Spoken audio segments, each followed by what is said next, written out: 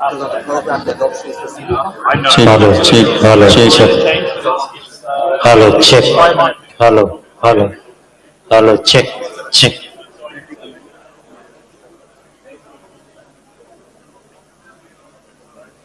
Check, check, hello, hello, check, check, check, hello, check, 1, 2, 3, check. Oh, okay. I'm glad I do this. So keep your contact. You may talk to my colleague David. Yeah, but I'm glad. Thank you so much. Stay in touch.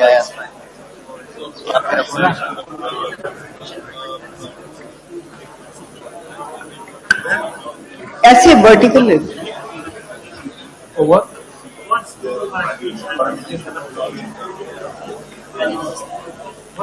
Check, check, hello, hello, hello, check, check.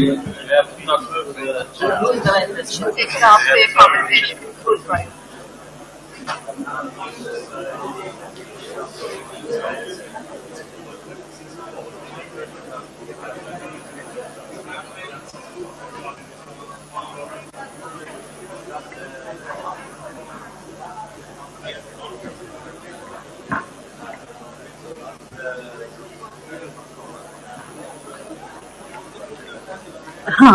Right. Yeah, yeah, right.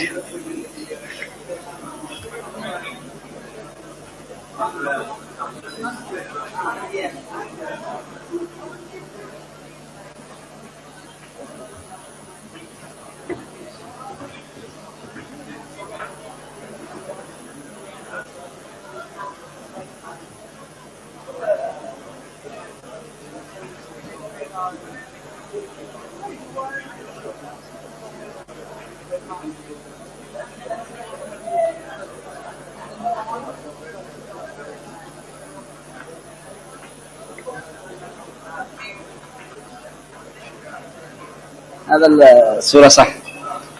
ما قد انتبهنا، ما قد جهزنا. أنا بطلع بعد شوية.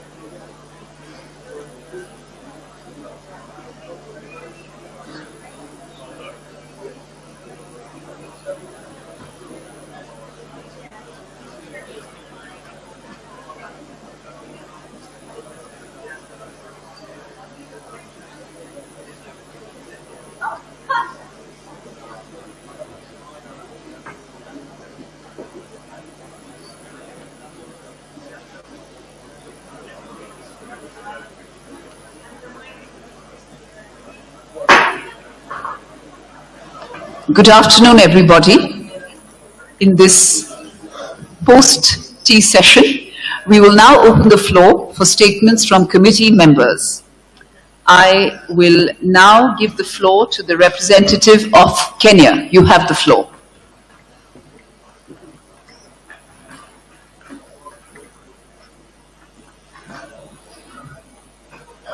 Thank you, Chair. On behalf of Kenya's delegation, I thank you and the Government of India for organizing this special meeting of the Security Council Counter-Terrorism Committee. Today, we've had informative presentations and useful recommendations from experts, member states, civil society, the academia, and other stakeholders on countering the use of new and emerging technologies for terrorist purposes. We share in the concern over the increasing use by terrorists and their supporters of internet and information and communication technologies, including social media platforms, for recruitment and incitement to commit terrorist acts, as well as for the financing, planning, and preparation of the activities. Also alarming is the increasing global misuse of unmanned aerial systems by terrorists to conduct attacks targeting civilians as well as critical infrastructure. Indeed, the extensive use of drones and other emerging technologies by terrorists is making the threat of terrorism more existential than ever before. In Africa, the proliferation of easily accessible unmanned aerial systems and their potential weaponization by terrorist groups will worsen the already grave threat of terrorism, particularly in the Horn of Africa and the Sahel. There are indications that Al-Shabaab is already using commercial drones to conduct surveillance and reconnaissance activities aimed at stalling the military advances of the Somalia's National Army and the African Union Transition Mission in Somalia.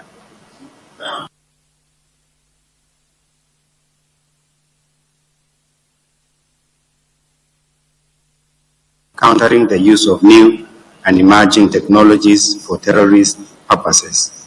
In this regard, Kenya welcomes the Delhi Declaration and underscores the following 5 action points.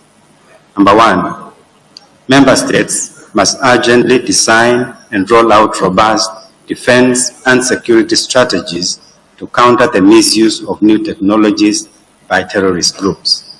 2, law enforcement agencies must pursue collaborative efforts at national, regional, and multilateral level to stay ahead of the evolving technology curve. This is with a view to deny terrorists the ability to access the digital space or acquire unmanned aerial systems or their components for operational purposes. 3, it is critical to deprive terrorist groups territorial space from where to spread their toxic propaganda and launch attacks. In this regard, countries in conflict situations or those in fragile situations should be assisted to build the necessary capacities to effectively administer their ungoverned or inadequately governed territories. 4, there is need to adopt a multi-sector approach in countering the use of new and emerging technologies by terrorist groups. Member states should therefore involve their private sector and civil society in developing and implementing the necessary measures, including laws and regulations for the acquisition, use, and transfer of technology. 5th, effective counter-terrorism strategies require a structured and global partnership approach. Member states, the Security Council, UN bodies and agencies, and civil society actors, among others, are integral in this multilateral approach. We must all work together to counter the use of new and emerging technologies for terrorist purposes while being careful not to stifle innovation. In conclusion, Kenya's delegation expresses its appreciation to the government and the people of this great country, India, for the warm hospitality accorded to us since our arrival, and congratulate you, Madam Chair, for your pragmatic leadership of the work of the Counter-Terrorism Committee. I thank you. Thank you very much, and may I now hand the floor to France.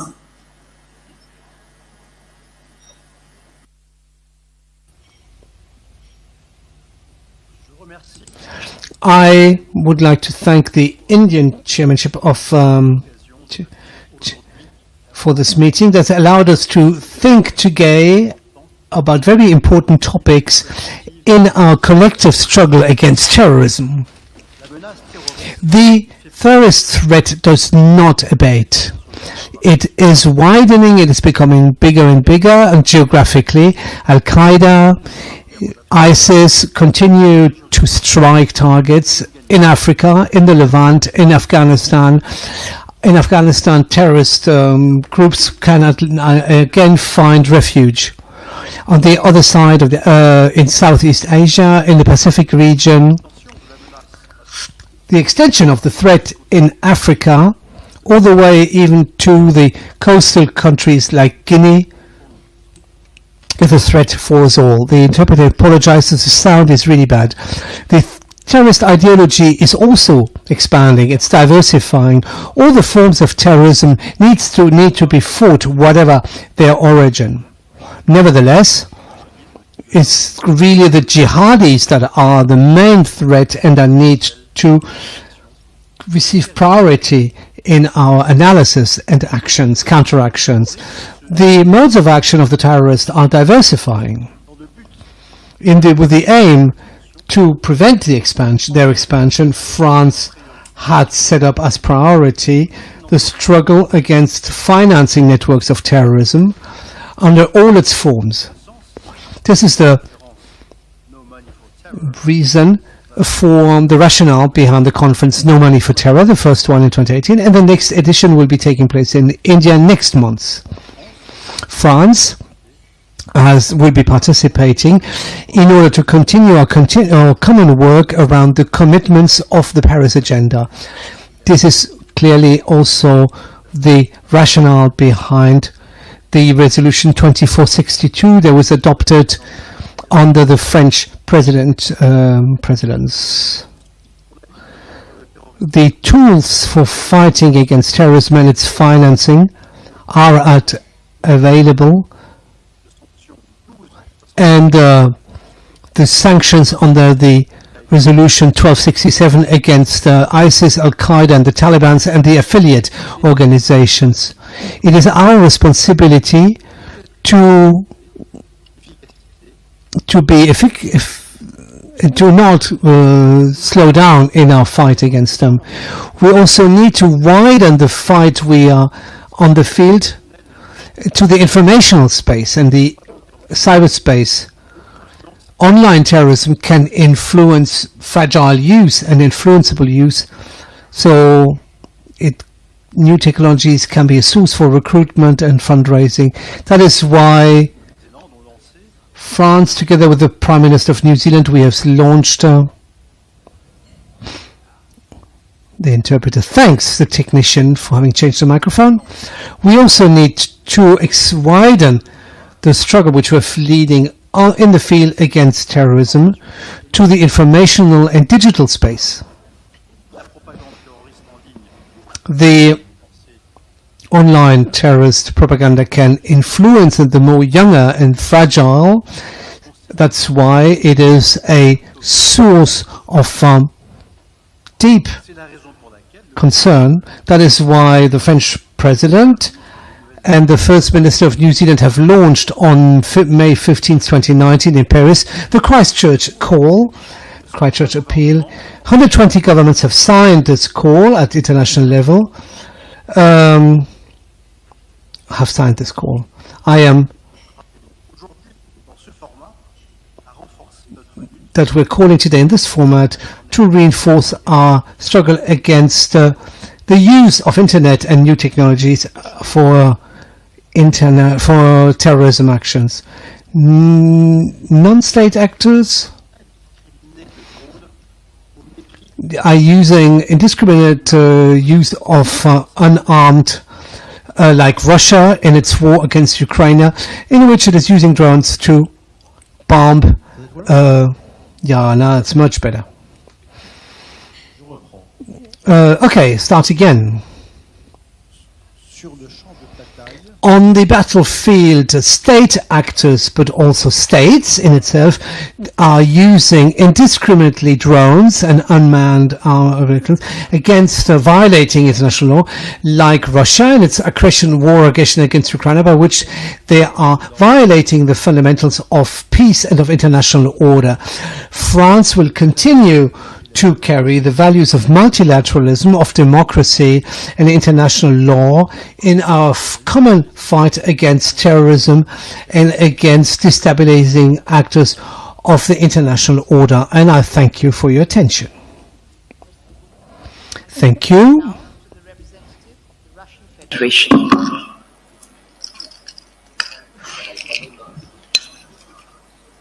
Госпожа председатель, уважаемые Madam Chair, distinguished colleagues, we thank Indian chairmanship for the organization of the Counter-Terrorism Committee meeting of the Security Council of the UN and for the warm welcome.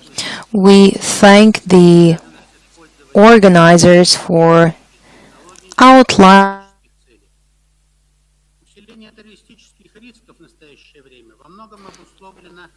как последствиями пандемии коронавируса, так и обострением геополитической ситуации в мире.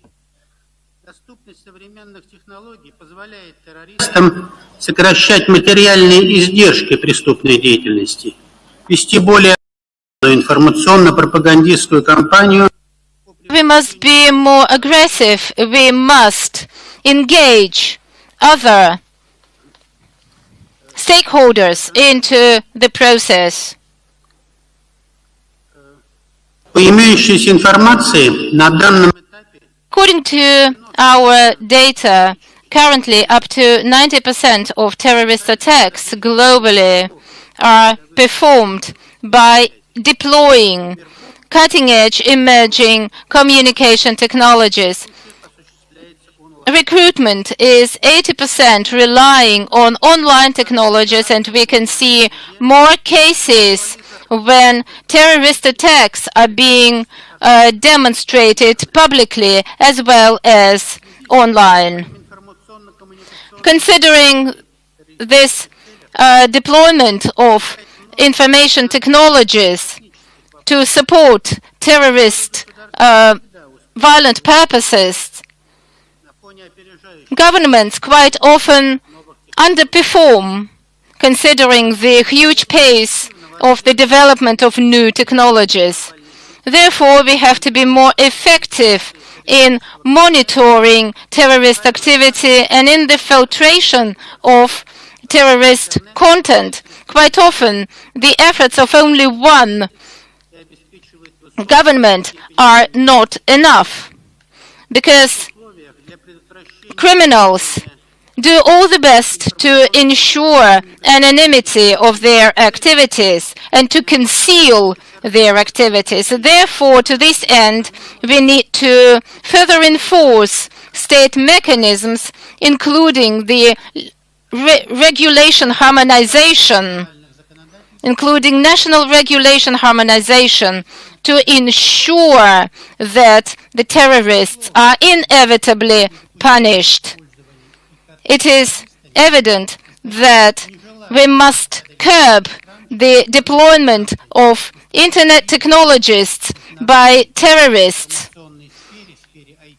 and we must cooperate in IT to develop fair and universal rules in managing and monitoring IT space. On top of that, lots of governments allow themselves to exercise double standards in terms of countering terrorism. We believe that such approaches are counterproductive and more so quite dangerous. We cannot indirectly protect terrorism and find excuses for their violent actions. Russia has always been and keeps being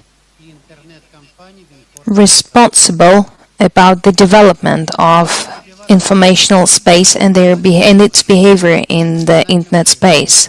We plan to urge for more balanced management system for the online environment.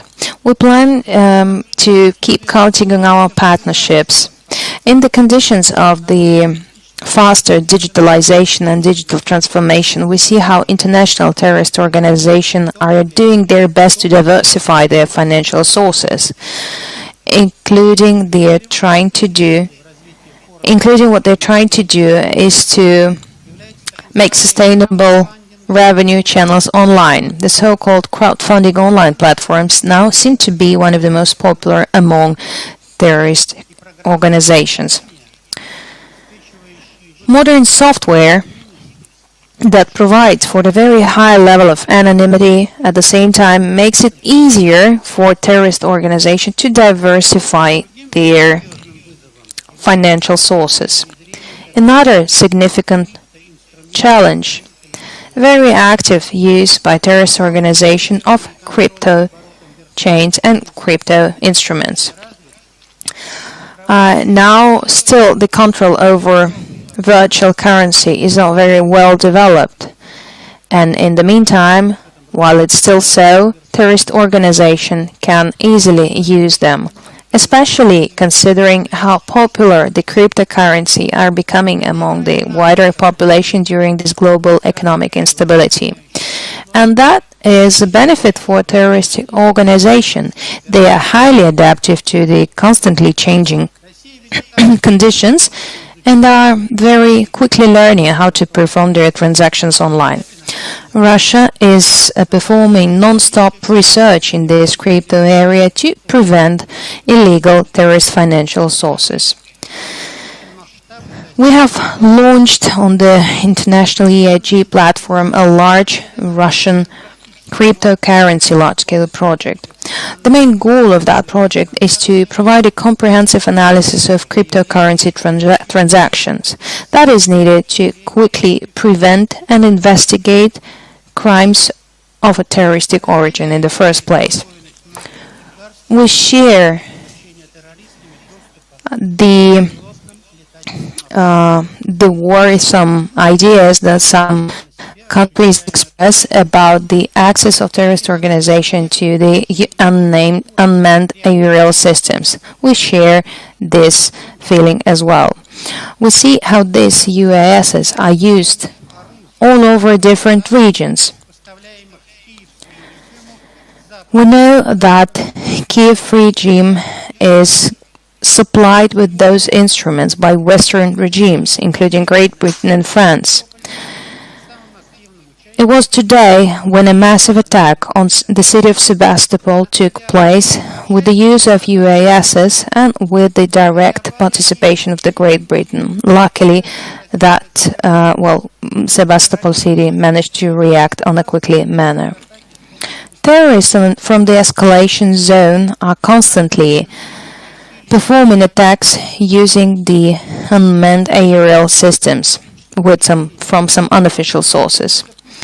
We believe that all of our efforts should be used to prevent terrorist use of unmanned aerial systems that can also be used for military purposes. We believe that one of the most efficient instruments here is the permanent improvement of national control systems, not forgetting about international cooperation as well.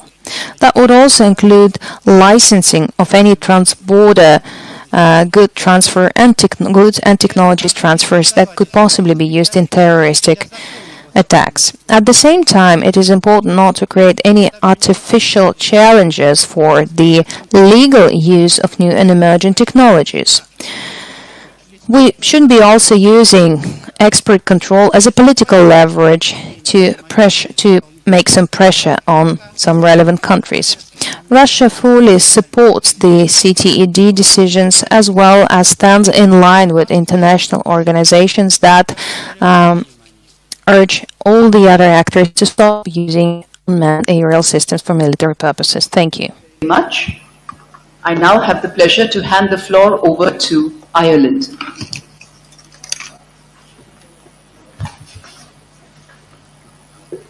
Thank you, Madam Chair.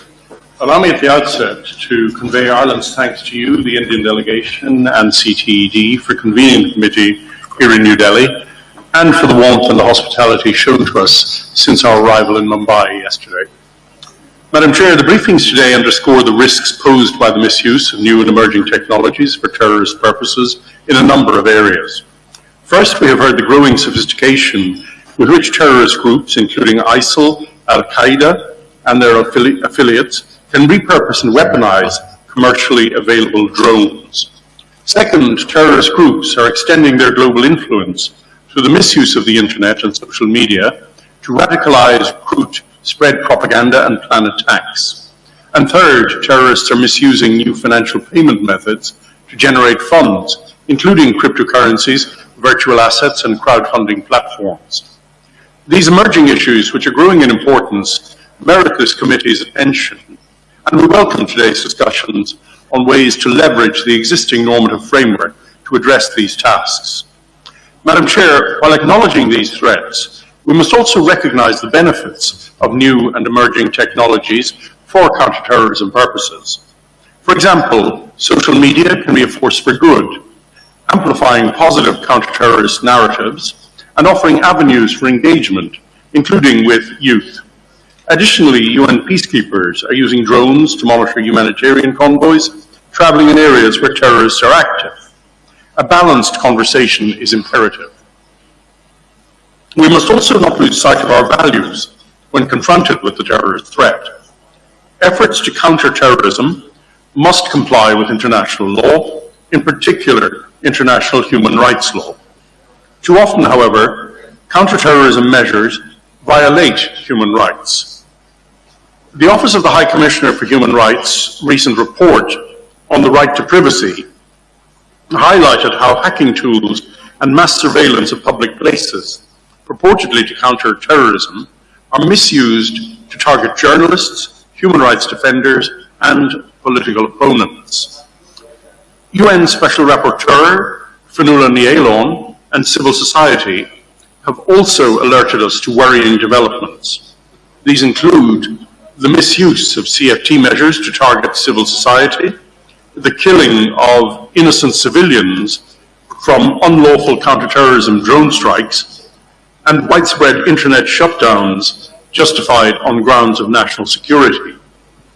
Such actions are not only unacceptable, they are counterproductive. Human rights violations carried out under the pretext of counterterrorism increase radicalization and violent extremism. We're also concerned about the adverse impact of measures to counter the financing of terrorism on humanitarian actors.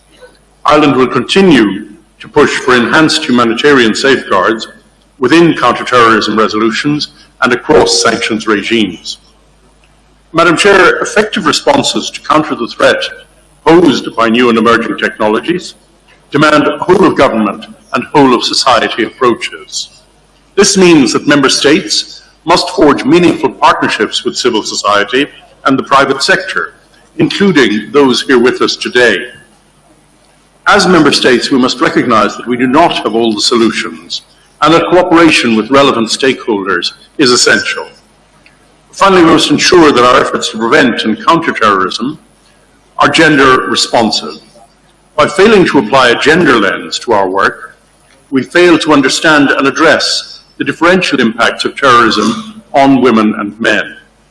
For instance, the online narratives of right-wing extremists are often misogynistic and intolerant towards the LGBTIQ+ community.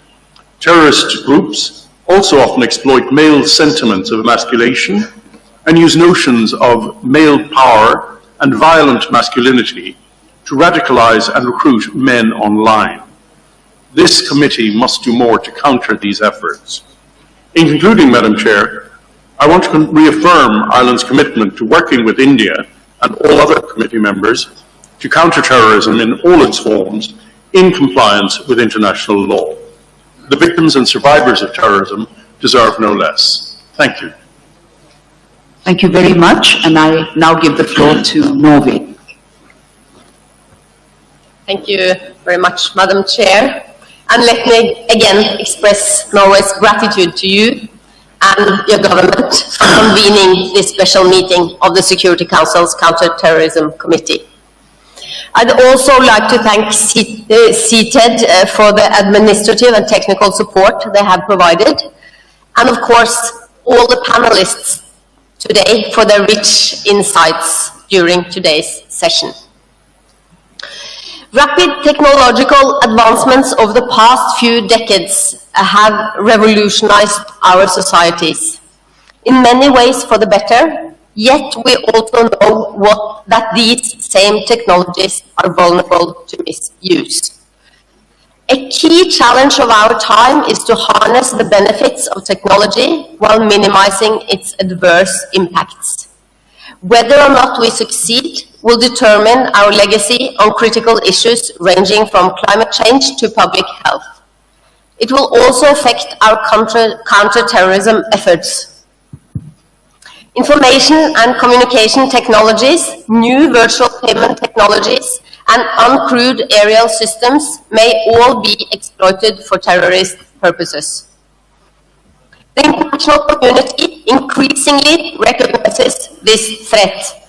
The most recent report by the monitoring team for the Security Council's ISIL Al-Qaeda Sanctions Committee cites widespread member state concern regarding the evolving role of social media, the dark web, and virtual technologies for terrorist propaganda. For terrorist propaganda, recruitment, financing, and training. Addressing these risks is no easy task. It requires a coordinated, cross-sectoral approach on both the national and international level, in consultation with all relevant stakeholders, the private sector, civil society, and academia. In the newly completed revision of Norway's national counter-terrorism strategy, technological development is one of 5 identified focus areas.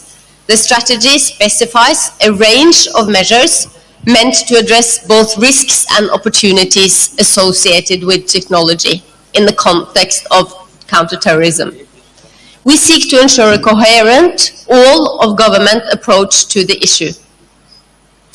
Even if terrorist actors increasingly exploit new technologies, we should not exaggerate the risk. In a recent UN report, all surveyed experts believe that the malicious use of artificial intelligence for terrorist purposes was either very or somewhat likely. But the same report cautions that no evidence of such use has been identified to date. This illustrates the importance of aligning our response with the actual threat environment. While technology affects how terrorist groups operate, the underlying drivers of radicalization remain unchanged. Therefore, efforts to counter the exploitation of technology for terrorist purposes should form part of a broader political strategy addressing these vulnerabilities. Norway stresses that all measures taken to counter terrorism must comply with member states' obligations under international law, including international human rights law and humanitarian law. We recall this context that the UN Human Rights Council has repeatedly affirmed that the same rights that people have offline must also be protected online, including the right to freedom of expression and to privacy. We underscore that all measures to counter terrorist financing must consider potential negative effects on humanitarian activities, as prescribed by Resolution 2462. Norway welcomes the adoption of the special meeting outcome document, which reflects these considerations in a balanced manner. As this committee prepares to elaborate a set of non-binding guiding principles on this issue, we must carefully consider the added value and potential risks of additional regulatory frameworks in this domain, recalling concerns expressed by civil society partners during CTED's preparatory roundtable prior to this meeting. In conclusion, let me once again thank the Government of India for convening this special meeting to shed light on an important issue. We welcome this opportunity to reaffirm the international community's shared commitment to countering terrorism in accordance with international law. Thank you, Madam Chair. Thank you so much, Prove. The floor is yours, China. 谢谢主席女士。Thank you, Madam Chair. China welcomes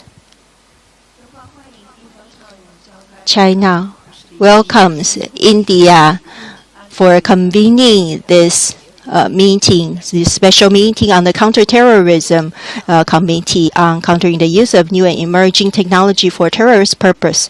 And we thank you for your thoughtful arrangement. Fighting terrorism is a common responsibility of the international community and of the Security Council. We have seen great advancement by the Council.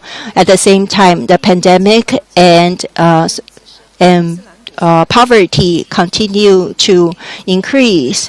Terrorism, the Islam State and international terrorism continue to propagate and become more complex.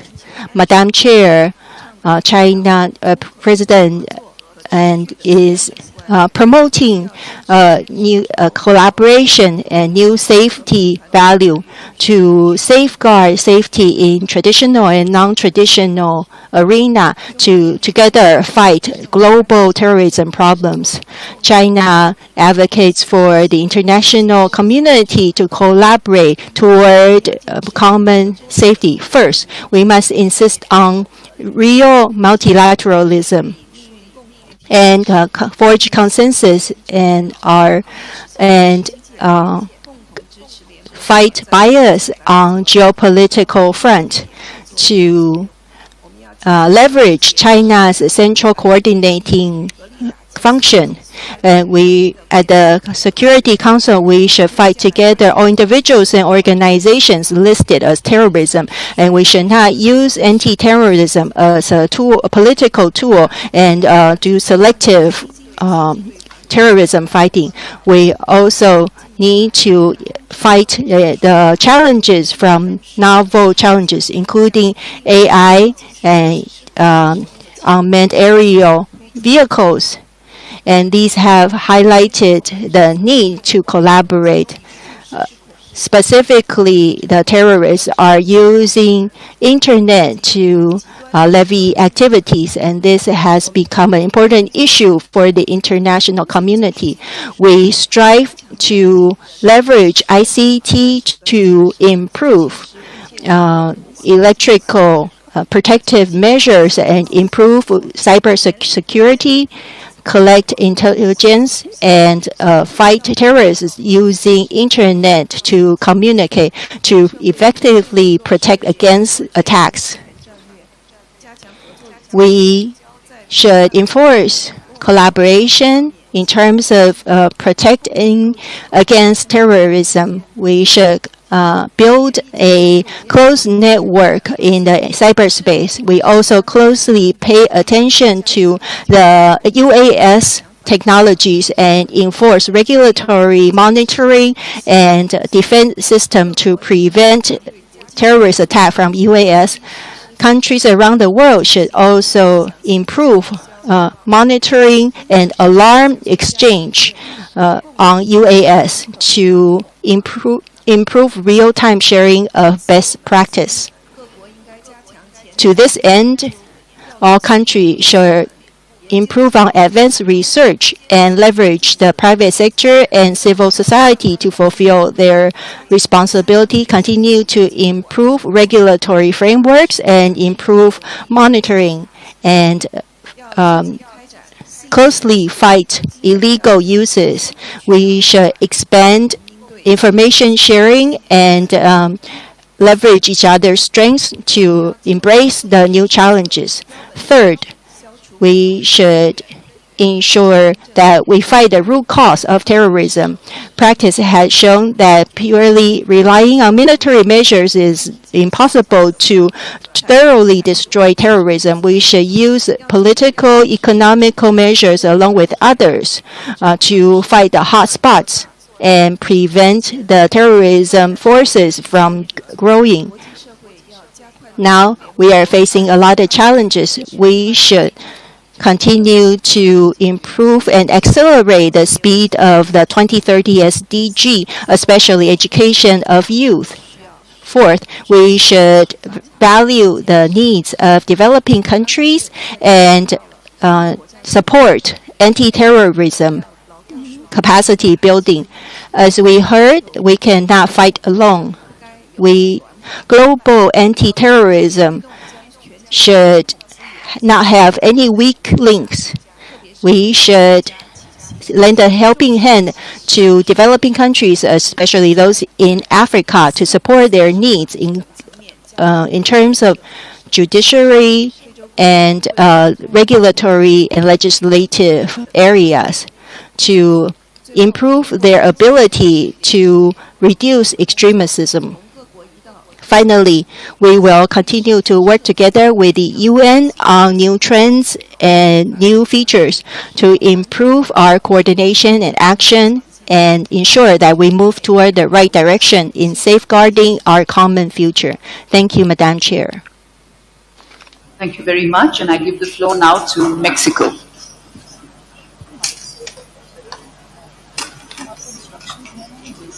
Gracias, señora presidenta. México agradece la convocatoria. Thank you. Thank you, Mexico. Thanks the opportunity for this event and the use of new emerging technologies without and social media of terrorist and extremist groups about the financial terrorism. During the last years, we have been witnesses of how the criminal organizations have evolved and developed new ways of recruiting, organization, and financing. That is why it's fundamental to analyze those mechanisms to stop financial flows and prevent future attacks. Mexico participates actively in different forums like Gafi and part of the efforts to prevent and face money laundering and illicit traffic of weapons. According to the use of new technologies, it is important to note that in the past, the non-state actors did not have this global connectivity that is a result of the dynamic resources that are easy to finance and acquire. The new technologies have grown, are economically accessible and easy to use. It's not to stigmatize the emerging technologies, which are a powerful tool for development and prosperity of our societies. The goal is to impede that these are acquired and exploited by criminal groups on a certain way that put in risk peace and international safety. Terrorist groups and extremist groups that are violent have shown the interest in taking advantage of these technologies, considering considering how they make these terrorist acts and to reinforce the recruiting efforts. We should take advantage of the technology precisely to counteract the violent narratives, to promote tolerance and the respect of human rights, and especially attention to gender equality and development of our nations and the way of being it better in our societies. Seeing it other ways, it's true that the exploitation of new technologies could put the risk of the international securities, but take advantage positively. These tools could have a fundamental role in canceling the reach of the narratives and ideologies that are terrorist and promote the values, the social values that we aspire. According to the Global Index of Terrorism 2022, the social media platforms have had a crucial paper in 90% of the cases of radicalization. In this same line, a study of 2018 showed that through Facebook, it was identified a connection of 1,000 followers of ISIL in 96 countries, concluding that the presence of this organization in this platform was dominant and growing. In 2019, we were witnesses of the terrorist attack in Christchurch in New Zealand, which was transmitted online through social media, showing how perverse could be the abuse of these technologies. From there, similar cases continued as the attacks in El Paso and Buffalo. Just to say a few examples. For these reasons, it is fundamental to reinforce cooperations between the public and private sectors to improve monitoring of these platforms, including the transmissions, the live transmissions. It is also necessary to develop evaluation mechanisms of online threats that allow to develop answer protocols that are adequate and effective. The CTC in support with the CTED should consider this together with the private sector, the civil society, and the academy, guaranteeing always to respect the rule of law, the human rights, including the freedom of expression. We do not lose the way in which a stigmatization of technology could be a weapon of two lines. So we should ensure that our efforts are not counterproductive. Lastly, but not less important, according to the non-tribulated systems, we see that they're used on a greater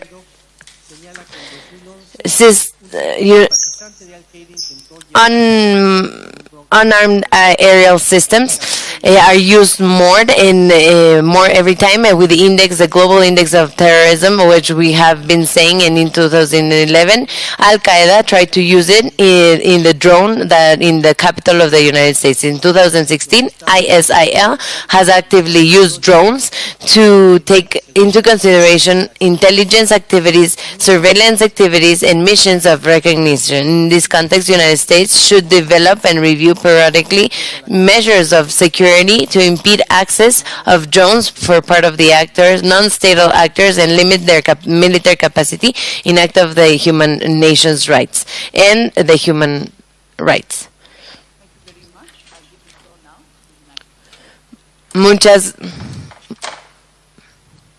Thank you, Madam Chair. First, let me thank the Government of India and the Counter-Terrorism Committee Executive Director for hosting and organizing this important meeting. I especially welcome the participation of a range of civil society and private sector partners. Their input is critical to countering the use of emerging technologies for terrorist purposes.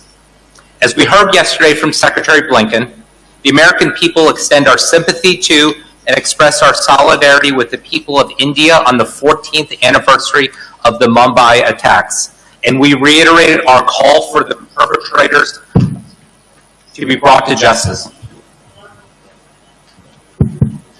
At the heart of our collective counterterrorism effort is the imperative to protect lives. The victims of terrorism remind us of our collective responsibility to prevent acts of terrorism everywhere in the world and to hold terrorists accountable.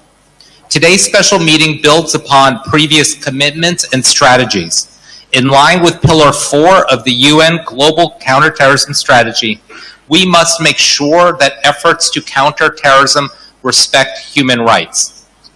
In addition to the importance of upholding human rights in the fight against terrorism, the United States welcomes that today's outcome document recognizes the importance of gender as a cross-cutting issue for counterterrorism. The role of gender in counterterrorism is multifaceted. In that regard, I highlight CTED's report earlier this year on masculinities and violent extremism. Turning to the evolving terrorist threats we face, an April 2020 trend alert from CTED found that there has been a 320% increase in what the United States calls racially or ethnically motivated violent extremism, or REMV, globally in recent years.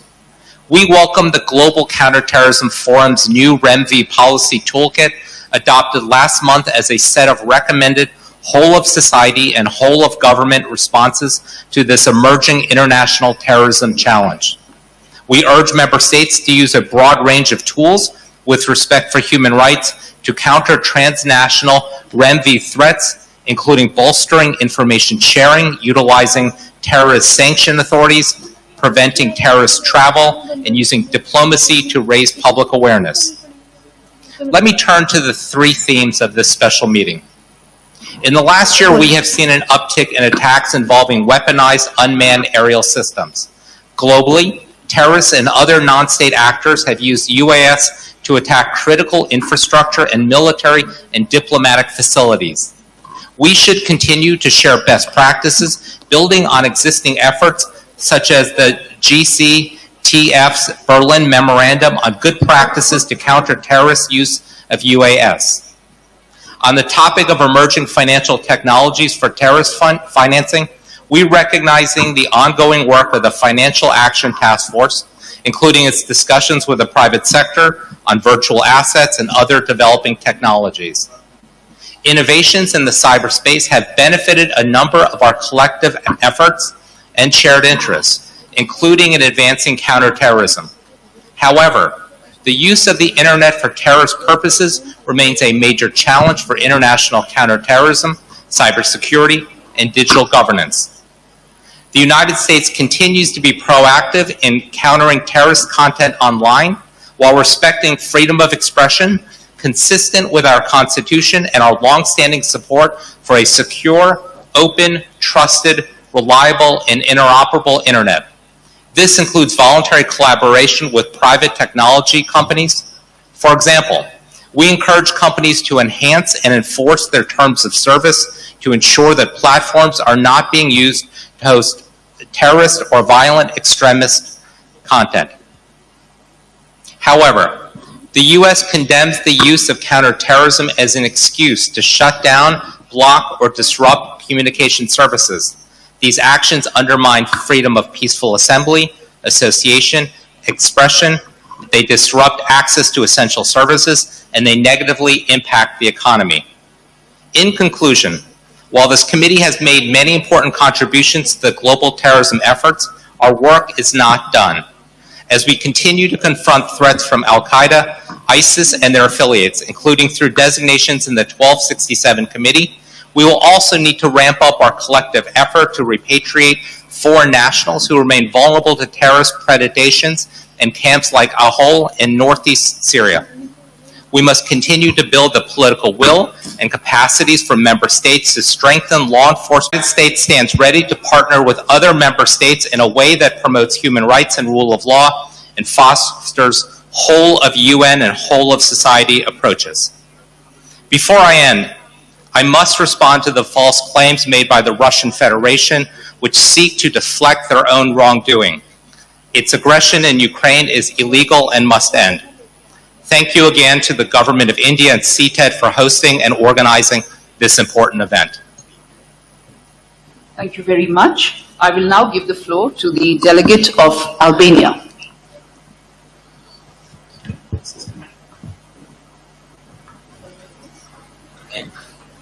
Thank you, Madam Chair.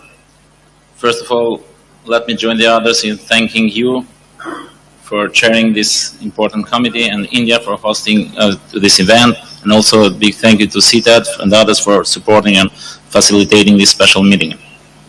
The yesterday and today's discussions showed once again that terrorist networks rely more and more on the use of novel information and communication technologies, UAS, and particularly drones.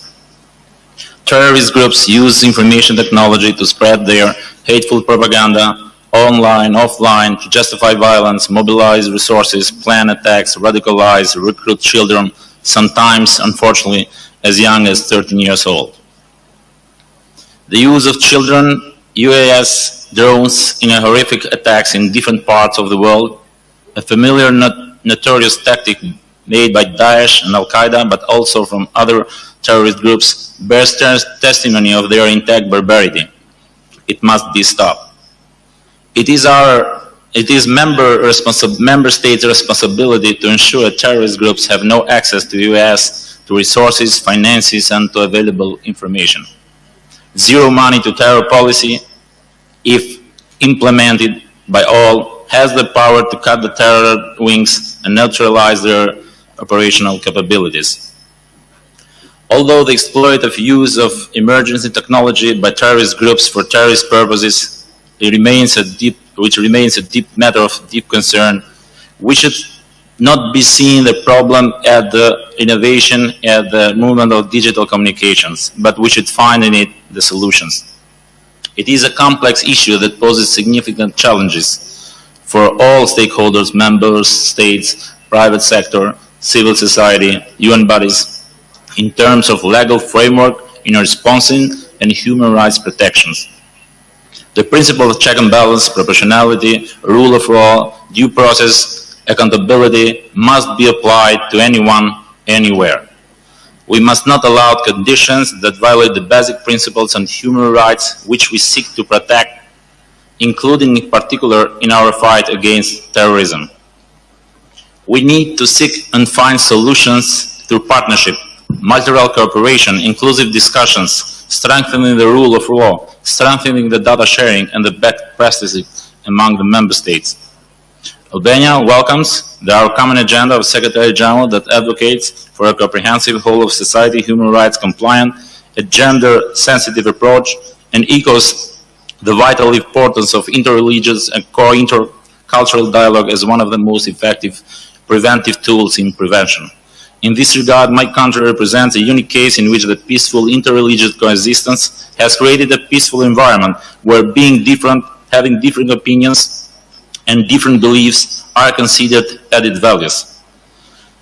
Yesterday, but also today, I heard a lot of people asking the same questions, especially the ones that are not sitting here. What can the CTC, this committee, do to counterfight or to better counterfight terrorism? Actually and sincerely, I don't have an answer to that question. But what I do strongly believe is that the Security Council, this committee, and all the relevant stakeholders, all human beings, each of us individually or collectively, have the responsibility to ensure a future with no space for evil terror. To succeed, we need to rebuild people's trust in each other, overcome our differences, and take concrete actions. In looking forward and addressing properly the new emerging threats, we must never forget the victims of terrorism, and we must do more to protect the survivors and their families in their rights and fulfill their needs. In conclusion, I want to pay tribute to all victims of terrorism and echo the bravery of the survivors who never gave up and never broke down by terror. Terrorism will never win. Thank you. Thank you very much. I give the floor now to the UAE. Thank you, Madam Chair. Undoubtedly, modern technologies have profoundly improved billions of lives with transformative possibility. However, over the past 2 days, we have heard about the existing and anticipated threats posed by terrorists' use of new and emerging technologies. I want to thank member states, UN representatives, and representatives from civil society, academia, and the private sector for the rich and comprehensive discussions. I will use my time to share the United Arab Emirates' perspective on the three topics we have been discussing today. First, over the last 3 decades, the internet has fundamentally reshaped our world, becoming an indispensable source of limitless information, services, and connectivity to billions of people across the globe.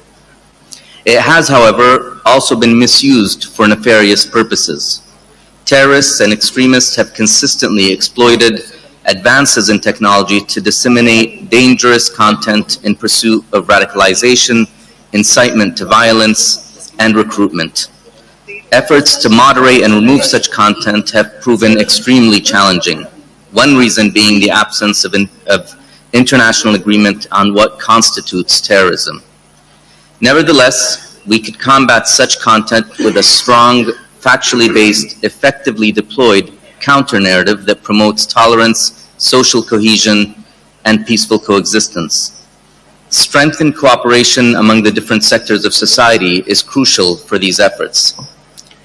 Second, the recent revolution in digital payment systems has made a real difference in the daily lives of people across the globe. For instance, it has become easier for individuals living abroad to transfer family remittances, contributing to financial inclusion. At the same time, these financial options, which are quicker, cheaper, and harder to trace, are also more likely to circumvent conventional enforcement mechanisms, making them vulnerable to abuse by terrorists. There is an urgent need for the global CFT guidelines that apply to financial services such as virtual assets, payment methods embedded in social media platforms, and money transfer apps, irrespective of where they are based. Third, the benefits of the legitimate use of unmanned aerial systems, some of which we have heard about today, underscore that innovation must not be stifled. However, we must contend with the growing evidence of UAS deployed by terrorists on an increasingly transnational and cross-regional level. In the Middle East, Daesh has used drones for propaganda and attacks with small bombs. In East Africa, Al-Shabaab uses drones for reconnaissance. And Al-Qaeda affiliates on the African continent use drones to disseminate propaganda. One group, however, tops the list in terms of drone use for terrorism: the Houthis. In the past, they have targeted the UAE as well as our neighbor, the Kingdom of Saudi Arabia. They have deployed increasingly sophisticated technology, building UAS with greater reach, stealth, and lethality. Comprehensive, targeted measures at the regional and international level are long overdue and should address all the following: the procurement by terrorists of UAS and their components, the deterrence, tracking, identification, and neutralization of drones, post-deployment recovery and forensic investigation, and the prosecution of perpetrators. At the national level, the UAE continues to improve laws and regulations to prevent the criminal use of UAS by way of strict registration and licensing requirements and the establishment of no-fly zones, among other measures. I will conclude with a final point that the UAE considers universally relevant for any efforts to prevent and counter terrorism and extremism.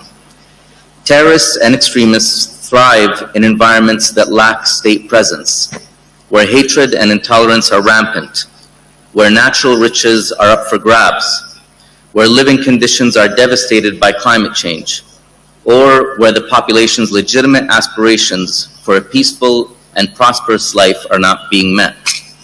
Confronting those vulnerability factors and building resilience are key for communities to be able to stand up against terrorists and extremist groups. Madam Chair, I would like to thank you and your government once more for organizing this special meeting on an urgently pertinent matter for our committee.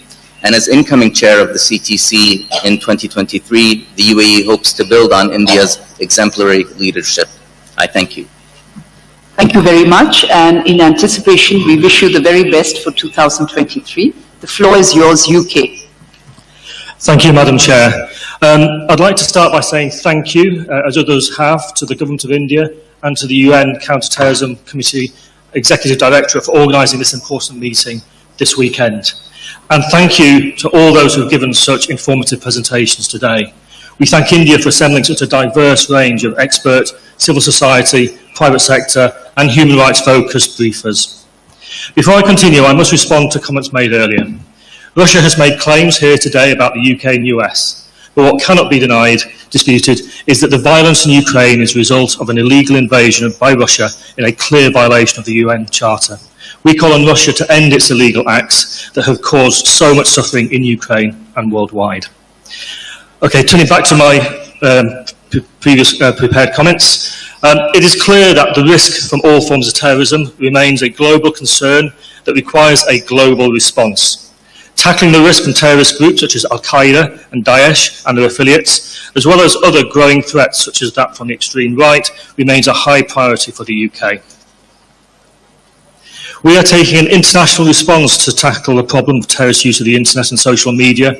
We work in collaboration with our international partners and technology companies to ensure there are no safe spaces for terrorists to operate online. We are ensuring that law enforcement can combat other emerging threats and trends in terrorist financing, such as crypto assets, and we are funding the development of counter-drone technologies, which goes much wider than counter-terrorism. We recognise the value and important applications of this technology, but we mustn't allow terrorists to exploit these developments for their own ends. The UK welcomes additions to the UN Counter-Terrorism Executive Directorate's mandate last year to raise awareness of the risks posed by these new technologies, and we are concerned about the diversion of conventional weapons and commercially available components being used by UN-listed entities to assemble drones. The UK was pleased to announce at the GCTF Coordinating Committee, held in the margins of the UN General Assembly High-Level Week, the new joint United Kingdom and United States GCTF initiative on countering unmanned aerial systems. Finally, some thoughts on our values, which lie at the core of our counter-terrorism approach as the most effective way of reducing the risk in the long term. As we adapt and evolve our counter-terrorism efforts in line with the terrorists' misuse of emerging technologies, we must also take a step back and look at the underlying drivers of terrorism. This means we must uphold human rights, good governance, and rule of law.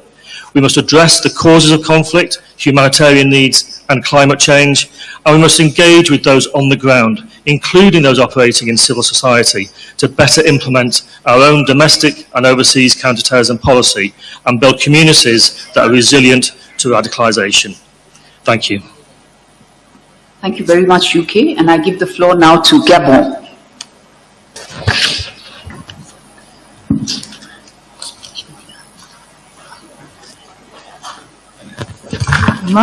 Merci, Madame la Présidente, de me donner la parole.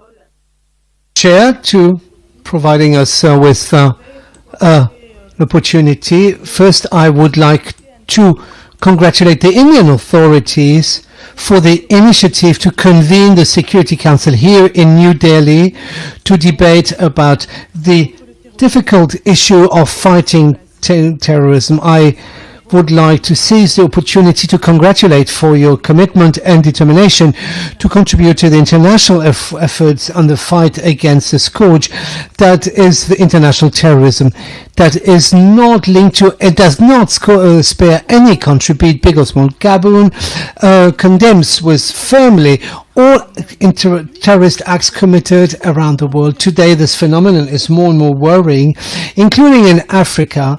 The Peace and Security Council of the African Union deals with this with uttermost attention and continues to carry the commitment of Africa to eradicate terrorism. Madam Chair, our presence here in your country shows the indefectible commitment of our country, Gabon, in this effort that requires international warrantless solidarity.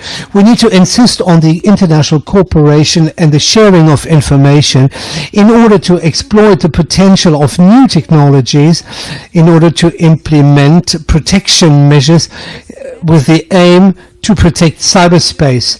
This is also the place to renew the call of my country for a 360 assistance in order to reinforce the capacity of less equipped countries, taking into account their specific needs and their identified users at the level of African countries.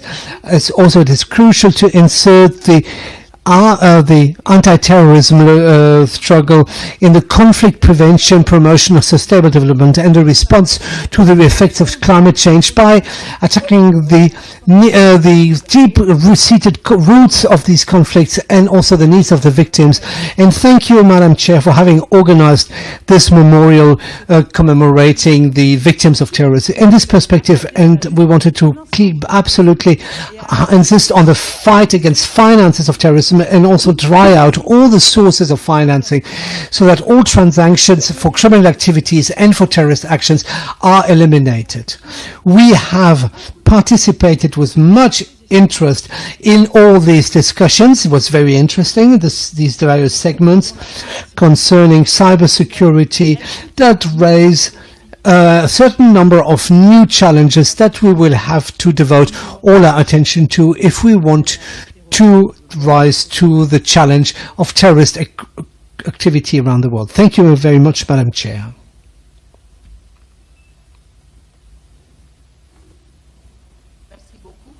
Thank you very much. Ghana. Thank you, Madam Chair.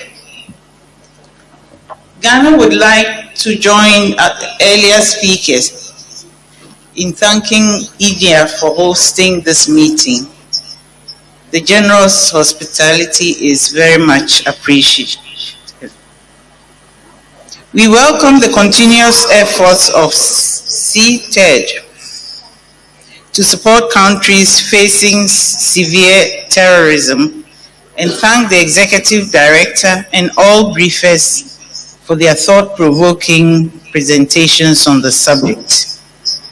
The information provided today confirms our worst fears of growing misuse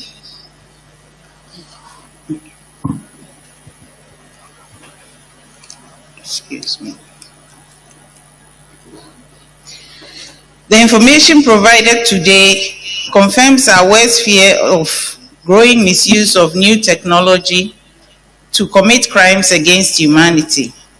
This has once again demonstrated the need to work together to defeat terrorism. In that context, Ghana would like to highlight the following. First, we need to enhance our coordinated efforts to combat acts of terrorism through the internet and social media space. As the threat of terrorism evolves, so must our strategy to prevent and counter it.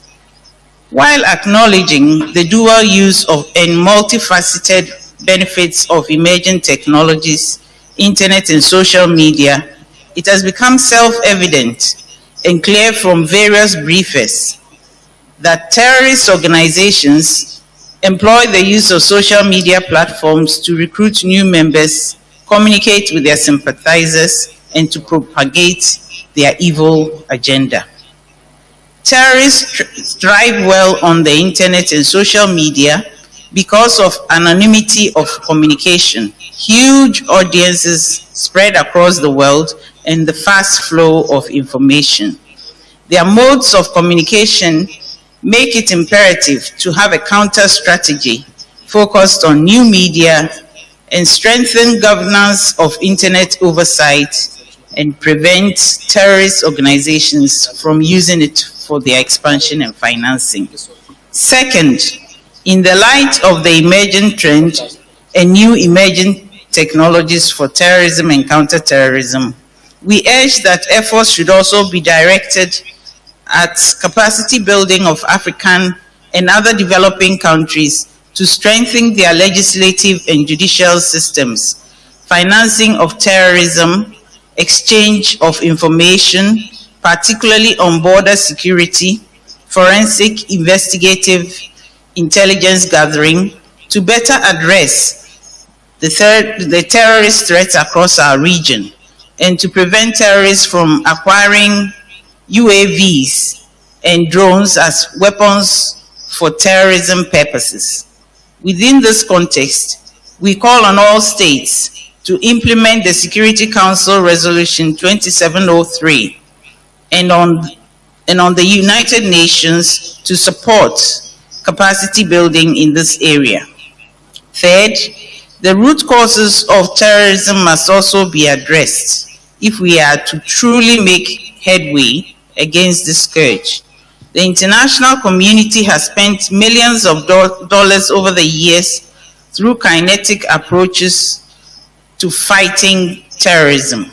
We firmly believe that this is not sustainable and would not properly address the root causes of the problem. Studies have shown that terrorism does not end with only a military approach. A coercive counter-terrorism strategy, while necessary at some points, has also in some instances, especially when overstretched, produced negative outcomes by promoting more violence and creating humanitarian crises. Non-military approaches should therefore be embraced as a more practical route to eliminating the root causes of terrorism and producing a long-term peaceful outcome. The international community should therefore adopt a joint approach to address the root causes of terrorism, especially the political ones, through preventive diplomacy, mediation, good offices, which Ghana believes is critical in the fight against terrorism. Prevention remains a cornerstone of our approach to counterterrorism. The approach should also include grassroots development, poverty alleviation, and eradication, as well as bridging inequalities that serve as the drivers behind terrorism. Fourth, the Security Council has repeatedly affirmed that all counter-terrorism measures must conform to international human rights obligations. We endorse this approach and consider that promoting and protecting human rights, respecting international humanitarian law, integrating a gender dimension, and engaging with civil society organizations are critical elements for a credible, sustainable, and effective counter-terrorism mechanism. In conclusion, Ghana reaffirms her commitment to deepen the partnership with the CTC in the face of the complex, interlocking, and evolving regional and global threats of terrorism to humanity. Ghana is against all forms of terrorism and will cooperate with other countries and the international community to actively implement all relevant UN resolutions in order to promote peace and stability across the road. Finally, Ghana's adoption of the National Counter-Terrorism Strategy, the policy framework, and the National Action Plan for preventing and countering violent extremism and the National Terrorism Fusion Center are a clear indication of our readiness to root out terrorism and end the destructive activities of terrorist organizations in our region, as well as partnering for a safer and resilient community around the world. I thank you. Thank you very much, Ghana. The Russian Federation has asked to exercise its right of reply. I give the floor to the Russian Federation.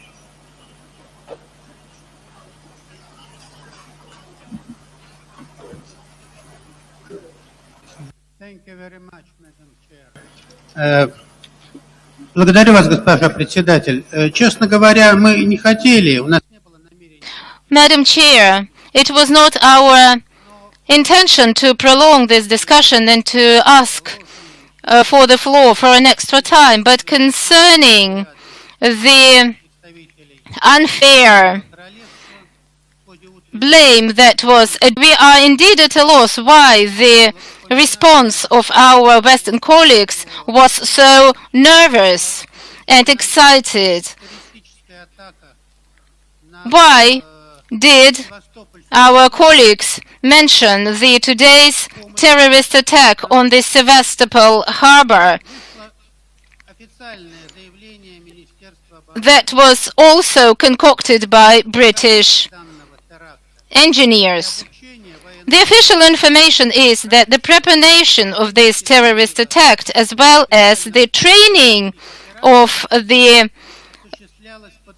militia that exercised this terrorist attack, was exercised in the city of Charkov, and it all was managed by the British military engineers. As a result, civil infrastructure suffered, and I'm really wondering how